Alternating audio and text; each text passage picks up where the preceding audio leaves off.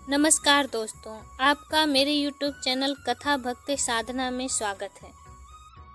आइए हम जानते हैं कि होलिका का पर्व क्यों मनाया जाता है। हिंदू पंचांग के अनुसार प्रत्येक वर्ष फागुन मास के शुक्ल पक्ष की पूर्णिमा तिथि पर प्रदोष काल में होलिका दहन का आयोजन किया जाता है। यह आयोजन गांव या मोहल्ले के किसी भी खुली जगह पर की जाती है। खास लकड़ियों से तैयार की गई चिता पर गोबर से बने होलिका और भक्त प्रहलाद को स्थापित किया जाता है। इसके बाद होलिका दहन के शुभ मुहूर्त पर होलिका को जलाया जाता है।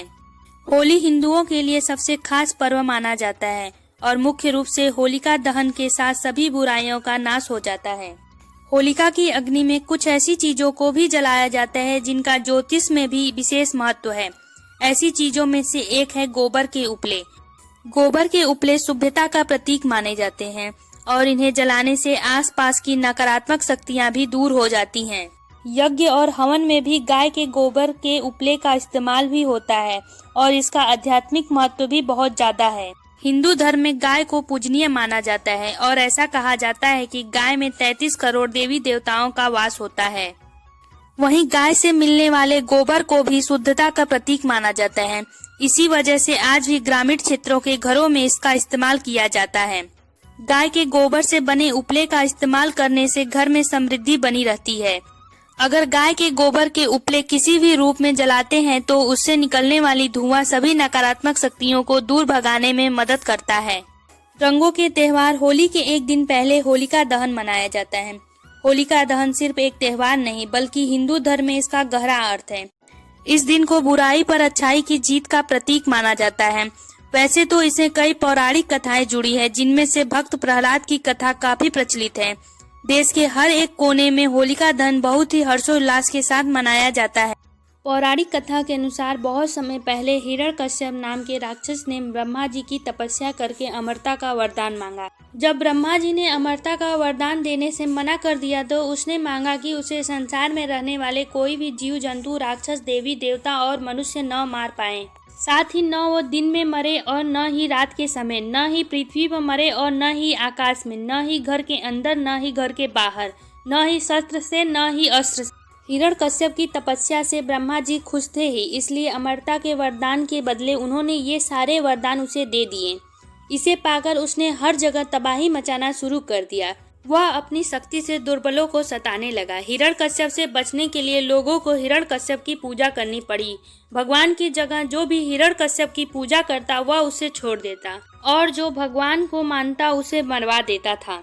समय के साथ राक्षस हिरण्यकश्यप का आतंक बढ़ता गया। कुछ समय बीतने के बाद हिरण्यकश्यप के घर भगवान विष्णु के परम भक्त प्रहलाद का जन्म हुआ। हिरण्यकश्यप ने प्रहलाद को कई बार भगवान विष्णु की पूजा करने से मना की और कहा, मैं ही भगवान हूँ, तुम मेरी आराधना करो। हर बार हिरण्यकश्यप की बात सुनकर प्रहलाद कहते, मेरे सिर्फ एक ही भगवान है और वो भगवान विष्णु हैं।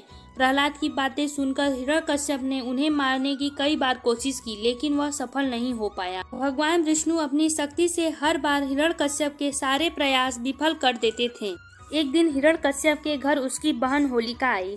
होलिका को आग में न जलने का वरदान प्राप्त था। उसके पास एक कंबल था जिसे लपेटकर यदि वह आग में चली जाए तो आग उसे नहीं जला सकती थी।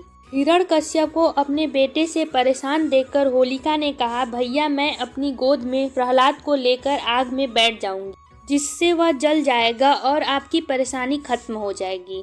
हिरण्यकश्यप ने इस योजना में हामी भर दी। उसके बाद होलिका अपनी गोद में प्रहलाद को लेकर आग में बैठ गई। उसी वक्त भगवान की कृपा से होलिका का कंबल प्रहलाद के ऊपर आ गया और होलिका जलकर खाक हो गई। प्रहलाद एक बार फिर भगवान विष्णु की कृपा से बच गया। आग में जिस दिन होलिका जलकर भस्म हो गई थी उसी दिन को आज तक लोग होलिका दहन के नाम से जाने जाते हैं। इसे बुराई पर अच्छाई की जीत के रूप में होलिका दहन अगले दिन रंगों के त्योहार से मनाया जाता है। कहानी की सीख है, बुराई कितनी भी ताकतवर हो एक दिन अच्छाई की ही जीत होती है। इसी वजह से हमेशा बुराई का मार्ग छोड़कर अच्छाई का मार्ग अपनाना चाहिए। होलिका दहन का वैज्ञानिक कारण यह है कि इस पर्व के दौरान जलाई गई लकड़ियों से वातावरण में फैले हुए खतरनाक जीवाणु नष्ट हो जाते हैं और होलिका की परिक्रमा करने से शरीर में जमे हुए कीटाणु भी अलाव की गर्मी से नष्ट हो जाते हैं। वहीं देश के कुछ हिस्सों में होलिका दहन के बाद लोग अपने माथे और शरीर पर होलिका की राख लगाते हैं। जिसे मानसिक और शारीरिक स्वास्थ्य के लिए अच्छा माना जाता है। अगर आपको ये जानकारी पसंद आई हो तो कृपया मेरे वीडियो को लाइक कर दें और शेयर कर दें, साथ ही मेरे चैनल को सब्सक्राइब कर दें। धन्यवाद।